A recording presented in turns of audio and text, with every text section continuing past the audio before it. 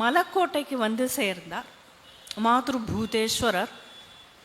அவருக்கு தான் தமிழில் நமக்கு தாயும் ஆனவர் அப்படின்னு சொல்கிறோம். ஜகத் பிதா தானே அவர்.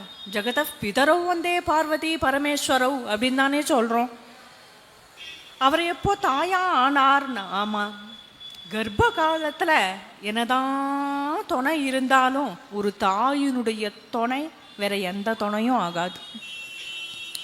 கர்ப்பவதியாக இருக்கக்கூடிய ஒரு ஸ்திரீக்கு குழந்தை பிறந்த பிறகும் குழந்தைய ஆளாக்குற வரைக்கும் அப்புறம் தாயினுடைய துணை தேவைதானே இருக்கு. அப்போ என்னன்னா இந்த பெருமான் சிவன் தானே தாயாகவும் வந்தாராம்.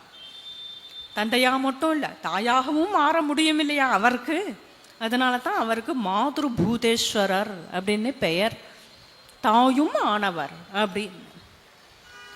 இங்கே வந்து தங்கிவிட்டார்.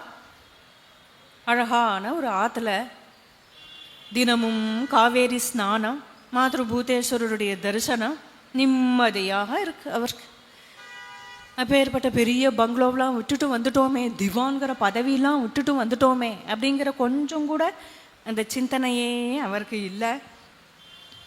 எப்போது பார்த்தாலும் பகவத் தியானம் பண்ணிக்கொண்டே, பகவன் நாம ஜபம் பண்ணிக்கொண்டே, பலவிதமான கிரந்தங்களை அருளி செய்து கொண்டு இங்கேயே சௌக்கியமாக இருந்துருக்கிறார். காவேரி கரையில் ஜிலு ஜிலு ஜிலு ஜிலுன்னு இருப்பார். சாட்சாத் பரமேஸ்வரனுடையவே திரு அவதாரம் அப்படின்னா பின்ன எப்படி இருப்பார்? ஸ்ரீகண்டமிவ பாஸ்வந்தம் சிவநாம பராயணம் ஸ்ரீதரம் வெங்கடேஷாரியம் ஸ்ரேயசே குருமாஸ்ரயே. சாட்சாத் பரமேஸ்வரனை போலவே பாஸ்வந்தம் ஜொலிக்கக்கூடியவர், சிவநாம பாராயணம், பகவன் நாமத்தையே எப்போதும் சங்கீர்த்தனம் பண்ணக்கூடியவர். இவர் சிவபக்தர் அப்படிங்கிறது அவளுக்கு நன்னாவே தெரியும். அவருடைய வேஷபூஷணங்களை பார்த்தாலும் அப்படித்தானே இருப்பார், ஜொலிச்சுண்டு இருப்பார். விடியற்கால வேளையில் எப்போதுமே காவேரியில் போய் ஸ்நானம் பண்ணி வருவார். ஒவ்வொரு நாளும் அப்படிதான். இன்றைய தினமும் ஸ்நானம் பண்ணுறதுக்காக இங்கேருந்து போகிறார். போகிறச்ச ஒன்றும் இல்லை, 4 மணிக்கெல்லாமே போயிட்டார். போகிறச்ச ஒன்றும் இல்லை. திரும்பி வரும்பொழுது பார்த்தாக்க ஒரே கூச்சலாக இருக்குது. ஒரு வீட்டு வாசலில் என்னன்னு புரியல, எல்லாரும் அழறார்கள். இப்படி வந்து நிற்கிறார். சாட்சாத் பரமேஸ்வரனே நிற்கிறது போல. இங்கே குழுமி இருந்தவர்களெல்லாம் பார்த்து கேட்குறார், ஏன் அழறா எல்லாரும், என்ன நேர்ந்தது, ஏன் எல்லாம் கூச்சல் போடுறாள், என்ன ஆச்சு அப்படின்னு. இப்படி எல்லாரும் விலகிண்டா பார்த்தா அங்கே ஒரு வயசு பையன் விழுந்து கிடக்கா. 16 வயசுக்கு இருக்கும். விழுந்து கிடக்கக்கூடிய நிலையில் இருக்கிற அந்த பையனை போய் பார்த்தாலே தெரியறது அவன் போயிட்டான் அப்படிங்கிறது. பெரிய விஷ சர்ப்பம் தீண்டி உடம்பு பூரா விஷ பாதையினால நீளமா போயிடுது. இவன் எழுந்துக்கவே முடியாது அப்படிங்கிறது தெரியும். பெற்றோர்களோ வயத்துலையும் மாறலையும் அடிச்சுண்டு அழறா. அருமையான புள்ள பேர்பட்ட வயசு காலத்துல வளர்ந்துண்டு வர சமயத்துல விட்டுட்டோமே, இப்படி போயிட்டானே இந்த புள்ள, இப்படி போயிட்டானே அப்படின்னு அடிச்சுண்டு அழறா. இந்த ஒரு காட்சியை பார்த்தாரோ இல்லையோ, பரம கிருபாலுவான இவருடைய ஹிருதயம் அப்படியே தயையினால கலங்கி போயிடுது. கிட்டக்க வந்து பார்த்தார். தனது கையில் விபூதி வச்சுருக்கிறாரே, அதனால அவன் மேலே அவனை அப்படியே தடவி கொடுத்தார். அந்த குழந்தைக்காக பகவானிடத்துல, சிவபெருமானிடத்துல வேண்டுகிறார்.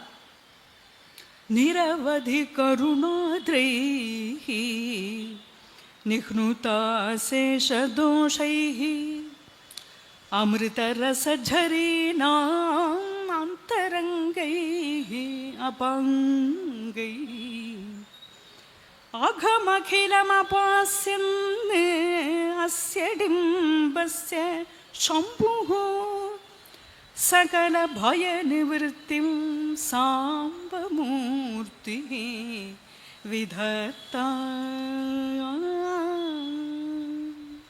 நிரவதி கருணாத்ரைஹி. ஏதோ டாக்டர்கிட்ட கொண்டு போய் காட்டினோம் அப்படின்னா வேணா இவனை இனிமே காப்பாற்ற முடியாது, விஷ பாதை தலைக்கு மேலே ஏறி இருக்கு, இவனை காப்பாற்ற முடியாது அப்படின்னு அவா வேணா சொல்லலாம். ஆனால் பிரபோ நீ அது போல சொல்லலாமா? ஏன்னா உனது கருணை அப்படிங்கிறதுக்கு எல்லையே கிடையாது. நிரவதி கருணாத்ரை. யாரை போய் கேட்டாலும், இது ஜோதிஷனை கேட்டாலும் சரி, இல்லை தேவர்களையே போய் கேட்டாலும் சரி, தேவர்கள் உள்பட என்ன சொல்லுவான்? அவனுடைய விதி அவ்வளவுதான் போயிட்டான், அவனுடைய கர்மா அவ்வளவுதான் போயிட்டான், அவனுடைய ஆயுசு பூர்த்தி ஆயிடுத்து போயிட்டான் அப்படின்னு தானே எல்லாரும் விளக்குவா.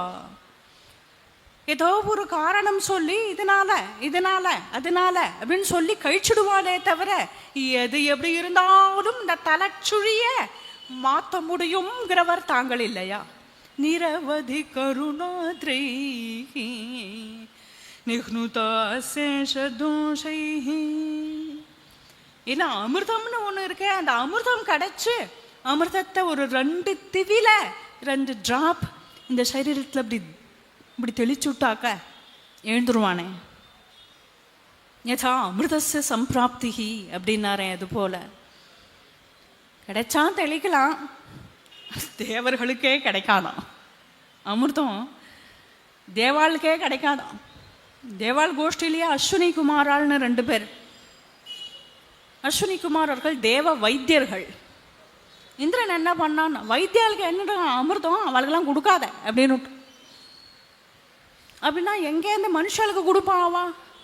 தேவா ஸ்வார்த்தான சாதவா அப்படிங்கிறார் இல்லையா? அமிர்த ரசஜரி நாம் அந்தரங்கை அபாங்கை. பிரபோ உனது ஒரே ஒரு கிருபா கடாட்சம் இப்படி நீங்க ஓர கண்ணால பார்த்துட்டேள் அப்படின்னா கூட அந்த கடாட்சம் தான் உண்மையில அமிர்தமா? உடனே இந்த குழந்தை எழுந்துடுவானே இல்லையே? அவனிடத்துல அப்பேற்பட்ட பாப்பம் இருக்கே, பூர்வ ஜன்ம பாப்ப பலனாத்தானே இப்போது இவன் பாம்பு தீண்டி போயிருக்கிறான். அது எப்பேற்பட்ட பாப்பமாத்தான் இருக்கட்டும். அகம் அகிலம் அபஸ்யன்னு, அகிலமான அகம் என்னென்ன இருக்கோ பாப்பம் மலைமலையாக பண்ணி வச்சிருந்தானோ. ஆனா உங்களுடைய அப்பேற்பட்ட கிருபையினால ஒரு க்ஷணத்துல அந்த பிள்ளையை எழுப்பிடலாமே அப்படின்னு ஐயாவாள் இந்த புத்திரனுக்காக பகவானிடத்துல மிருத்யுஞ்சயனிடத்துல பிரார்த்திச்சுட்ட உடனேயே அடுத்த க்ஷணம் பார்த்தான், இப்படி தடவி கொடுத்தாரோ இல்லையோ ஜில்லுன்னு எழுந்து உக்காந்துட்டான். உடம்பெல்லாம் நீளமா கருமா ஏறி இருந்துட்டே எல்லாம் நீங்கி போயிடுத்து. தங்க ரேக்குக்கு ஜொலிக்கிறான். ஏற்கனவே எப்படி இருந்தானோ அது போகல இந்த பிரம்மச்சாரி பையன் இப்படி எழுந்து உக்காந்துட்டதும் பெத்த வாழ்க்கை எப்படி இருந்திருக்கும்? போயிட்டான் அப்படின்னு இருந்த புள்ள மறுபடியும் எழுந்துட்டான்னதும் பெத்த வாழ்க்கை எப்படி இருந்திருக்கும்? இந்த பிள்ளைய தரன்னு இழுத்துட்டு வந்தா சாட்சாத மிருத்யுஞ்சயனை இவர் தான்ப்பா. அன்னைக்கு மார்க்கண்டேயனை ரட்சிச்ச மிருத்யுஞ்சயன் வேற, இந்த மிருத்யுஞ்சயன் வேற இல்லையே, வெறும் ஒருத்தர் தான். ஐயாவாள் சரணத்துல விழு அப்படின்னு எல்லாரும் ஐயாவாளை கொண்டாட ஆரம்பிச்சுட்டோம்.